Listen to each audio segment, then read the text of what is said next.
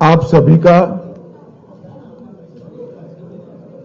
NDA की press वार्ता में स्वागत है। உங்கள் அனைவரையும் இந்த என்டிஏ கூட்டணியின் விழாவிற்கு அன்புடன் வரவேற்கிறேன். सबसे पहले मैं तमिलनाडु की जनता और पूरे देश को पंगुनी उथियम का बहुत बहुत शुभकामनाएं देता हूं। முதலாக உங்க அனைவருக்கும் இன்றைக்கு பங்குனி உத்திரத்தின் நல்வாழ்த்துக்களை அன்புடன் தெரிவித்து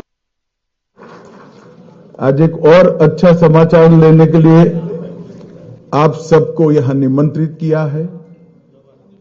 आज एआईडीएमके और भारतीय जनता पार्टी के नेताओं ने मिलकर तय किया है कि आने वाला तमिलनाडु विधानसभा चुनाव एआईडीएमके, भारतीय जनता पार्टी और सभी साथी दल मिलकर एनडीए के नाते लड़ेंगे। உங்கள் அனைவருக்கும் ஒரு மிக முக்கியமான ஒரு நல்ல தகவலை அறிவிக்கவும் இந்த விழாவை நாங்கள் கூட்டியிருக்கிறோம். இன்றைக்கு பாரதிய ஜனதா கட்சியின் தலைவர்களும் அஇஅதிமுகவின் தலைவர்களும் ஒன்றாக இணைந்து இந்த கூட்டணியை உருவாக்கி இருக்கிறார்கள். அடுத்து வரப்போகிற ஒரு தேர்தலை என்டிஏ கூட்டணியின் இதர கட்சிகளுடன் இணைந்து நாங்கள் சந்திக்க இருக்கிறோம். இந்த தகவலை உங்கள் அனைவருக்கும் இன்று அறிவிப்பதற்கான கூட்டம் இது. ये चुनाव राष्ट्रीय स्तर पर नरेंद्र मोदी जी के नेतृत्व में और राज्य स्तर पर एआईडीएमके के नेता एड़ापाडी जी के नेतृत्व में लड़ा जाएगा. இந்த தேர்தல் தேசிய அளவில் திரு மோடி அவர்களின் சீரிய தலைமையிலும் தமிழ்நாட்டில் அஇஅதிமுகவின் தலைவர் திரு எடப்பாடி அவர்களின் தலைமையிலும் நடைபெற இருக்கிறது.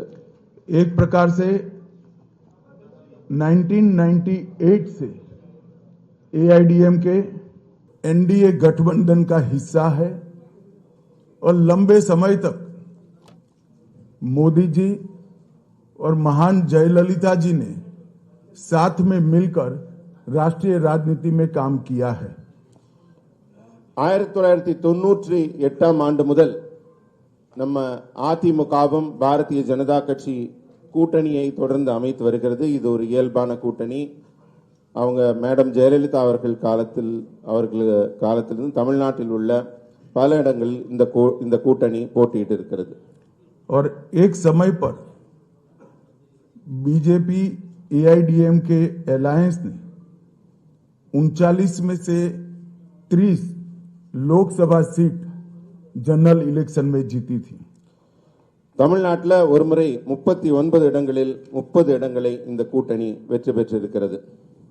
मुझे पूरा विश्वास है कि आने वाले दिनों में जो चुनाव होने वाला है वो जनरल इलेक्शन में एनडीए प्रचंड बहुमत हासिल करेगा और तमिलनाडु में फिर से एक बार एनडीए की सरकार बनेगी. வரப்போகிற தேர்தலில் எனக்கு முழு நம்பிக்கை இருக்கிறது.